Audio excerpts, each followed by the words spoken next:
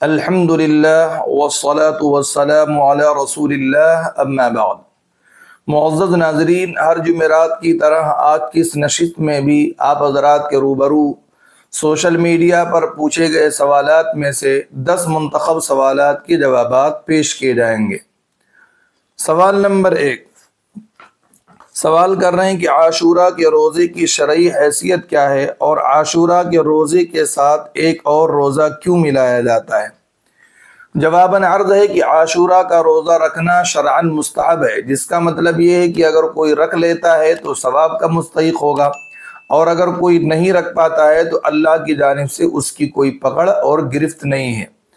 اب رہی یہ بات کہ عاشورہ کے روزے کے ساتھ ایک اور روزہ کیوں ملایا جاتا ہے، تو اس کی وجہ یہ ہے کہ حضور اکرم صلی اللہ علیہ وسلم کے زمانے میں یہودی بھی عاشورہ کا روزہ رکھتے تھے، اس لیے اللہ کے نبی صلی اللہ علیہ وسلم نے فرمایا صوموا یوم عاشورہ وخالفوا فیہ الیہود صوموا قبلہ یوما او بعدہ یوما، کہ تم عاشورہ میں روزہ رکھو اور اس میں یہودیوں کی مخالفت کرو، پس تم عاشورہ کے روزے کے ساتھ ایک اور روزہ اور ملا لو، چاہے عاشورہ کے روزے کے ساتھ 9ویں محرم کا روزہ ملا لو یا عاشورہ یعنی 10ویں محرم کے ساتھ 11ویں محرم کا روزہ ملا لو۔ یہ پس منظر ہے جس کی بنیاد پر عاشورہ کے روزے کے ساتھ ایک اور روزہ رکھا جاتا ہے۔ سوال نمبر 2، ایک امام صاحب سوال کر رہے ہیں کہ صحابہ کرام کے قصے اور واقعات پڑھنے کے لیے کون سی کتاب اچھی ہے، رہنمائی فرمائیں۔ صحابہ کرام کے واقعات اور قصے کے لیے میری نظر میں 2 کتابیں ہیں، ایک حیات الصحابہ ہے حضرت مولانا یوسف صاحب رحمۃ اللہ علیہ کی، اور دوسری حکایات صحابہ ہے۔ حکایات صحابہ الگ سے بھی مارکیٹ میں ملتی ہے، لیکن یہ فضائل اعمال کے شروع میں بھی موجود ہے، وہاں بھی آپ مطالعہ کر سکتے ہیں۔ ان دونوں کتابوں کو پڑھ کر آپ صحابہ کرام کے واقعات اور ان کے قصے سے واقف ہو سکتے ہیں۔ سوال نمبر 3، پوچھ رہے ہیں کیا عورت پیریڈ کی حالت میں موبائل میں قرآن پاک کی تلاوت کر سکتی ہے؟ جواباً عرض ہے کہ جس طریقے سے عورت مصحف میں ہاتھ لگا کر قرآن کریم کی تلاوت نہیں کر سکتی، اسی طریقے سے عورت موبائل اور لیپ ٹاپ میں بھی ہاتھ لگا کر قرآن کریم کی تلاوت نہیں کر سکتی۔ صحیح اور راجح قول یہی ہے، دارالعلوم دیوبند کا فتویٰ یہی ہے۔ سوال نمبر 4، نماز سے متعلق سوال ہے کہ نماز میں امام صاحب نے ایسی غلطی کی جس سے سجدے سہو واجب تھا، لیکن جب امام صاحب سجدے سہو کرنے لگے تو سجدے سہو میں امام صاحب نے 2 سجدے کر دیے، تو اب امام صاحب کو کیا کرنا چاہیے؟ کیا 2 سجدے سہو کرنے ہوں گے؟ جواباً عرض ہے کہ جب امام صاحب نے ایسی غلطی کی جس سے سجدے سہو واجب تھا اور امام صاحب سجدے سہو کر رہے تھے، تو سجدے سہو میں 2 سجدہ کرنے کے بجائے 3 سجدے کر دیے، تو اب امام صاحب کو کچھ کرنے کی ضرورت نہیں ہے، وہی ایک سجدے سہو دونوں غلطیوں کے لیے کافی ہو جائے گا، یعنی جس غلطی کے لیے سجدے سہو کر رہے تھے اس کے لیے بھی کافی ہو جائے گا، اور سجدے سہو میں امام صاحب سے جو غلطی ہوئی ہے 3 سجدے ہو گئے، اس کے لیے بھی کافی ہو جائے گا۔ حضرات فقہاء کرام نے یہ لکھا ہے۔ سوال نمبر 5،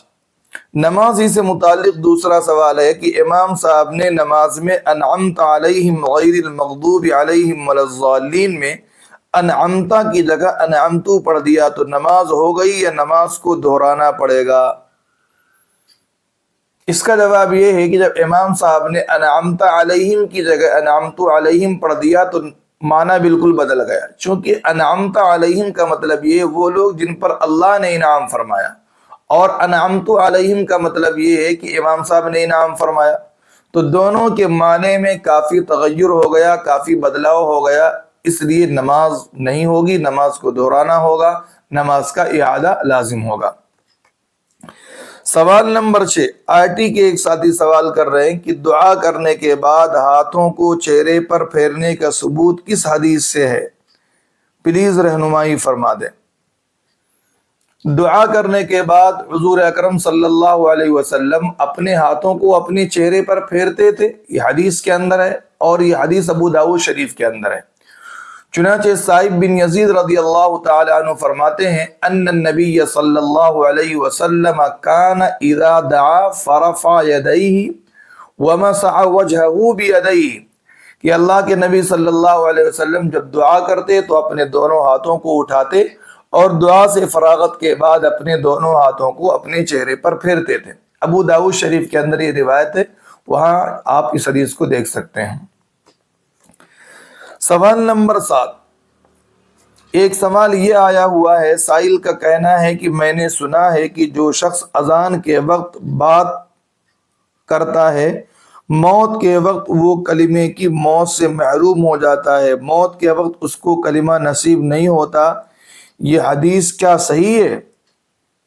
جواباً عرض ہے کہ ذخیرہ حدیث میں ایسی کوئی حدیث تو مجھے نہیں ملی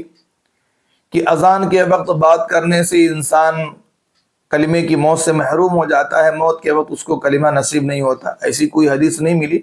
البتہ اذان کے وقت اذان کا جواب دینا چاہیے اور دنیا کی باتوں کو بند کر دینا چاہیے۔ سوال نمبر 8،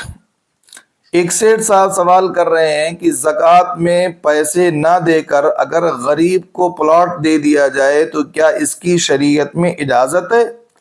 جی ہاں، اگر آپ زکوٰۃ میں پیسے نہیں دینا چاہتے، آپ کے پاس زمینیں ہیں، پلاٹ ہیں، اور کسی غریب کو آپ پلاٹ دے کر آپ اس کو مالک بنا دیں تو ایسا کرنا شریعت میں جائز ہے۔ زکوٰۃ میں پیسے ہی دینا ضروری نہیں ہے، پیسے کے علاوہ دوسری چیزیں بھی آپ دے سکتے ہیں۔ سوال نمبر 9، اگر کوئی لاوارث ملے جس کے بارے میں یہ معلوم نہ ہو کہ یہ مسلم ہے یا نان مسلم ہو تو ایسی لاش کو کیا کرنا چاہیے؟ ایسی صورتحال میں مسلمانوں پر کیا ذمہ داری عائد ہوتی ہے کہ وہ ایسی لاش کے ساتھ کیا کریں؟ اس حوالے سے عرض ہے کہ پہلے تو معلومات کرنے کی کوشش کی جائے علامات و قرائن کے ذریعے کہ وہ لاش مسلم ہے یا نان مسلم ہے۔ اگر یہ کنفرم ہو جائے کہ وہ لاش مسلم ہے تو اس پر نماز جنازہ پڑھی جائے، شریعت کے مطابق اس کو کفن دیا جائے اور دفن کیا جائے، اور اگر معلوم نہ ہو سکے کہ وہ لاش مسلم ہے تو اس پر نہ نماز جنازہ پڑھی جائے گی اور نہ شریعت کے مطابق اس کو کفن دیا جائے گا، بلکہ یوں ہی اس کو دفن کر دیا جائے گا۔ سوال نمبر 10، ایک سوال یہ ہے کہ جو لوگ بینک کے تھرو گاڑیاں خرید لیتے ہیں پھر جب وہ انسٹالمنٹ نہیں پے کر پاتے تو بینک ایسے لوگوں کی گاڑیاں چھین لیتا ہے، ضبط کر لیتا ہے، پھر بعد میں بینک اپنے پیسے وصول کرنے کے لیے وہ چھینی ہوئی گاڑیاں آکشن یعنی نیلامی کے ذریعے فروخت کرتا ہے، تو کیا ایک مسلمان کے لیے اس طرح نیلامی کی گاڑیاں خریدنا جائز ہے؟ دارالعلوم دیوبند کے فتوے کے مطابق بینک چھینی ہوئی گاڑیوں کی جو نیلامی کرتا ہے اور آکشن کرتا ہے، ایسی گاڑیاں ایک مسلمان کے لیے خریدنا جائز ہے، سستے میں وہ گاڑیاں خرید سکتا ہے۔ Like, comment, and subscribe.